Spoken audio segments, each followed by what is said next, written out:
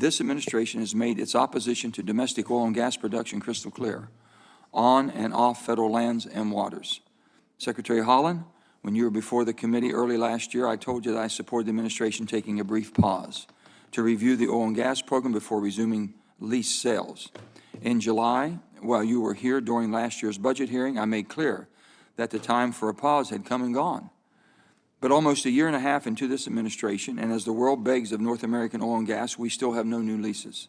While Interior held one offshore lease sale in the fall because of a court order, those sales were subsequently vacated by another court, and the administration, for some reason, declined to appeal or defend them. Onshore lease sales have finally been scheduled for this June, albeit with only 20% of the nominated land made available, and alongside a royalty rate increase to 18.75%. But again, only because of a court order to comply with the requirements of the law, which really requires quarterly sales. And the President's press secretary quickly clarified that, quote, "The President's policy was to ban additional leasing." I'm sorry to say it has become crystal clear that the pause is in fact a ban.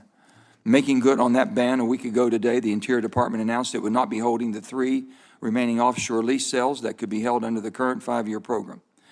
As you know, Senator Kelly and I wrote to the President urging him to develop and implement the next 5-year program without delay. We pointed out the Gulf of Mexico producers are among the cleanest in the world and would offset foreign imports shipped across oceans. Unfortunately, we have no reason to believe that a new 5-year offshore leasing program will be completed on time this summer, as is required by law, or that if and when it is completed, it will actually provide any lease sales at all. If that's the case, this would be the first time in history that the replacement plan was not published on time. Now, the administration continues to say that there are 9,000 permits sitting unused, and that's why we don't need to do any more leasing onshore or offshore. So let's talk about this magic number of 9,000. First, this is the number of onshore drilling permits, and I repeat, onshore drilling permits. That's a distinction that isn't being made, and an important one when you realize it's also being used as an argument against the offshore leasing. Second, now focusing on onshore, leaseholders pay to apply for this permit months, if not longer, in advance due to the arduous review process, and there might be more you need to do once you finally get the permit before you can drill. Third, while it is true that the number of drilling permits is slightly higher than normal, it is not true that they are sitting unused.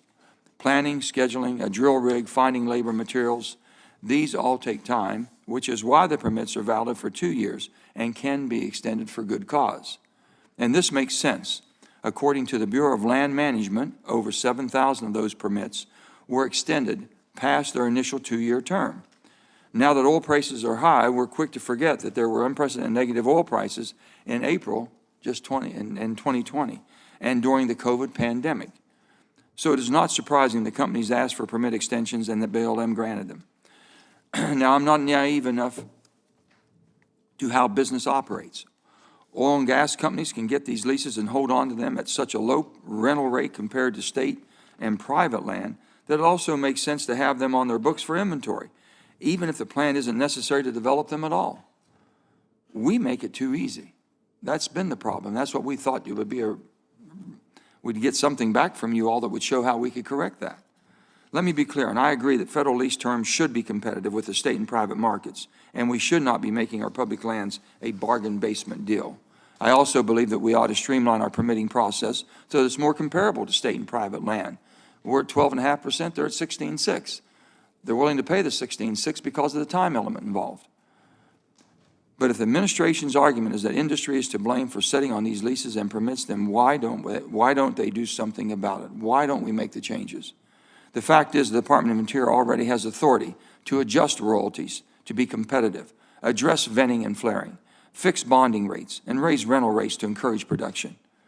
So, for example, if the concern is that too many leases are not being developed in a timely manner, the department could increase the rental rates over time to provide a financial disincentive against holding leases for speculation alone.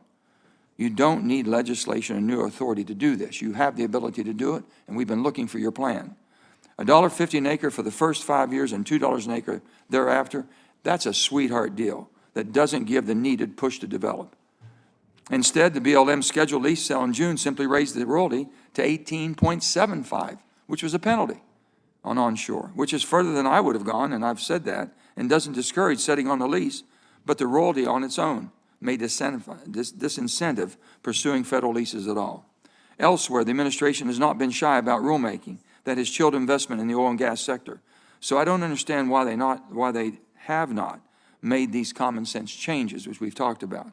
So let me throw out one other fact that we haven't heard from the administration. The percentage of onshore leases in production is the highest it has ever been in the past 20 years. Leasing is part of the cycle of development. Announcements that new leasing isn't in line with the President's policy while taking concrete steps to block or severely limit new leasing have a chilling effect. And yes, new lease sales would not immediately increase production, but the administration's short-sighted approach that only focuses on current production puts America's energy security at risk. The fact is, the federal leases onshore and offshore are producing domestic oil and gas, paying royalties, and increasing our energy security in a way that is so far much more cleaner than what Russia put into the market, what Iran puts into the market, and what Venezuela has ever put into the market. My frustration is at an all-time high that we are talking to OPEC, Iran, and Venezuela to increase oil output while we're at the same time blocking increased energy production at home. It makes no sense at all. Just yesterday, the administration began the process of easing sanctions on Venezuela, if you can believe this, easing the basic sanctions that we've kept Venezuela at bay by allowing Chevron to begin negotiations with the Venezuelan state-owned oil company about future activity. I guarantee you it won't be clean. While I understand that doesn't give the green light yet to go beyond talks, it is a clear step in that direction and an intent of what they want to do. What does it say to producers here in the United States when we consider working with the Venezuelan government, which certainly doesn't share our values, instead of supporting domestic or North American production? Is this really in our best interest? Is this the best we can do? In that, the best interest of the free world is at stake. I believe that we have two critical goals: addressing climate change and energy security. Actions like these don't get us any closer to either of those goals.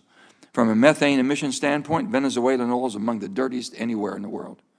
Putin's war in Ukraine must serve a permanent wake-up call to the international community that we cannot rely upon nations like Russia, Iran, Venezuela, or China for U.S. or our allies' energy security. The only way that we'll be able to guarantee our energy security, which will also allow us to develop the technology to meet our climate goals, is to rely on ourselves and our proven partners around the globe. Along the same lines, I look ahead to the energy transition and am concerned about our nation's supply of critical minerals, where the Department plays an enormous role through the U.S. Geological Survey and the Bureau of Land Management. Unlike oil and gas, the administration has shown interest in reducing the reliance on China and other countries for key minerals. However, these early steps require follow-through. Earlier this week, Senator Murkowski and myself raised concerns about critical mineral deadlines from the Energy Act that multiple agencies, including Interior, have not met. These reports are a relatively easy part, particularly compared to permitting a new mining operation. While domestic mining is only a partial solution to our critical mineral challenges, make no mistake, we need to increase domestic critical mineral production and processing, or we're going to regret it one day, because Xi Jinping is taking note of what Putin is doing. That's even more important with the administration so focused on electric vehicles, which will exponentially increase our demand for nickel, lithium, cobalt, copper, and graphite. The reality is that if we're serious about both climate and security, at some point in the very near future, new critical mineral mines will need to open on federal land, and we will need to onshore processing, refining, manufacturing, and recycling.